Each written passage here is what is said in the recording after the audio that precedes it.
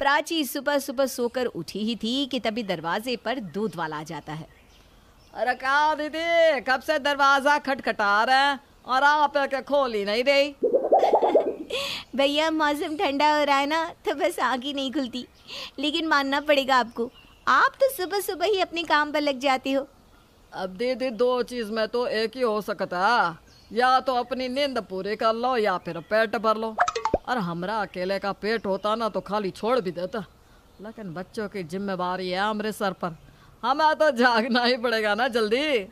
सच में बिल्कुल सही कह रहे हो ये तो आप। वैसे भैया आप यहाँ दूध देने आ जाते हो ना, मेरा तो आधा काम कम कर देते हो। दीदी एक बात ना हमारे दिमाग में काफी समय से चल रही है। हम यहाँ कितने सालों से दूध बेचने आते हैं, लेकिन जितनी इज्जत से आप हमसे बात करती हो ना, इस पूरे मोहल्ले में वैसा कोई भी बात नहीं करता हमसे। आप बहुत ही अच्छे हो दीदी। क्या भैया आप भी। प्राची दूध वाले से खूब हंस हंस कर बात कर रही होती है। तभी प्राची की सास सुजाता अपने कमरे से बाहर निकलती है और अपनी बहू को दूध वाले के साथ हंसकर बात करते हुए देख लेती है। सुजाता को बहुत ज्यादा गुस्सा आता है। वो बहू के पास जाती है। अरे बहू बस, हाँ बहुत हंसी ठिठोली हो गई। अरे कैसे हम बड़े मालकिन, सच में आपकी बहू ना बहुत ही अच्छी और समझदार है। हाँ हाँ मुझे पता है कितनी अच्छी और समझदार है, मेरी ही बहू है। अब अपनी बहू के बारे में मैं बाहर वालों से ज़्यादा ही जानती हूँ। और बहू तो सुबह सुबह दूध लेने के लिए दरवाजे पर आई थी ना, अब तक तुझसे दूध लिया नहीं गया क्या? माँ जी दूध तो ले लिया, लेकिन भैया से बस बातें करने लग गई थी। अरे थोड़ी तो शर्म कर ले बहू, यहाँ तेरा पति अंदर सोया है और सुबह होते ही तो पराए मर्द से बात करने लग गई। हर किसी से हंस हंस कर बात करे में शर्म नहीं आती क्या तुझे? चल अंदर। जब देखो ऐसा कुछ करना ही होता है तुझे जिससे मेरा खून और जलता रहे। प्राची का स्वभाव बहुत ही हंसमुख था। वो हर किसी से हंसकर बात कर लिया करती थी और यही सब प्राची की सास को बिल्कुल पसंद नहीं आता था। इसलिए वो अक्सर प्राची को सुनाया भी करती थी। लेकिन प्राची ना अपनी सास की बातों को दिल पर लेती और ना ही स्वभाव में कोई बदलाव लाती। कुछ दिनों बाद प्राची मोहल्ले की लड़की रश्मि और उसके पति अनिल के साथ अपने ही घर में बात कर रही थी। रश्मि, मैं तुम्हारे लिए ना बहुत खुश हूँ कि तुम्हें इतना अच्छा पति मिला। सच में तुम ना बहुत ही किस्मत वाली हो कि तुम्हें अनिल जैसा पति मिला है। हाँ भाभी, ये बात तो आपने बिल्कुल सही कही। जब भी मैं अनिल को देखती हूँ ना, तो मुझे यही लगता है कि मैं बहुत किस्मत वाली हूँ कि अनिल मुझे मिले हैं। क्या भाभी, रश्मि तो मेरी तारीफ के पुल बांधती रहती थी और अब आप भी उसके साथ मिलकर मेरी तारीफ किए जा रही हो। इतना भी कुछ खास नहीं हूँ मैं। नहीं नहीं अनिल जी, खास तो हो ही आप, तभी तो आपको हर कोई इतना पूछता है। और सच कहूँ तो आज के समय में अनिल जी जैसे आदमी आसानी से मिलते भी नहीं है। और अनिल जी तो वैसे दिखते भी कितने अच्छे हैं। प्राची ने अनिल की तारीफ की ही होती है कि तभी सुजाता बाहर से आ रही होती है और प्राची की बात सुनकर सुजाता का खून आग बबूला हो जाता है। अरे बहू, कुछ लाज शर्म बची है या बेचकर खा गई तू? क्या हुआ माँ जी? मैंने क्या कर दिया जो आप मुझ पर इतना गुस्सा कर रही हो? मैंने तो कुछ किया भी नहीं है। अरे गलती तुझसे नहीं, मुझसे हुई है, मुझसे, जो मैं अपने मंदिर जैसे घर में तेरे जैसी कुकर्मी बहू ले आई, जिसे ना अपनी इज्जत का ख्याल है ना ही अपनी सास की इज्जत का। क्या हुआ आंटी जी, आप भाभी को क्यों सुना रही है? उन्होंने तो कुछ भी गलत नहीं किया। अरे रश्मि बेटा, मेरी बहू तो है ही बेशर्म। कम से कम तुझे तो अपने पति पर थोड़ी लगाम कसनी चाहिए ना। क्या मतलब है आंटी आपका? मैं खुद समझी नहीं। यही तो कह रही हूँ, मेरी बहू की तो आदत ही खराब है। सबसे हंस हंस कर बात करती है और पता भी नहीं चलता कि कब किसे काबू में कर लिया। लेकिन तू तो थोड़ी समझदार बन बेटा। अपनी सास की बात सुनकर प्राची को बहुत बुरा लगता है।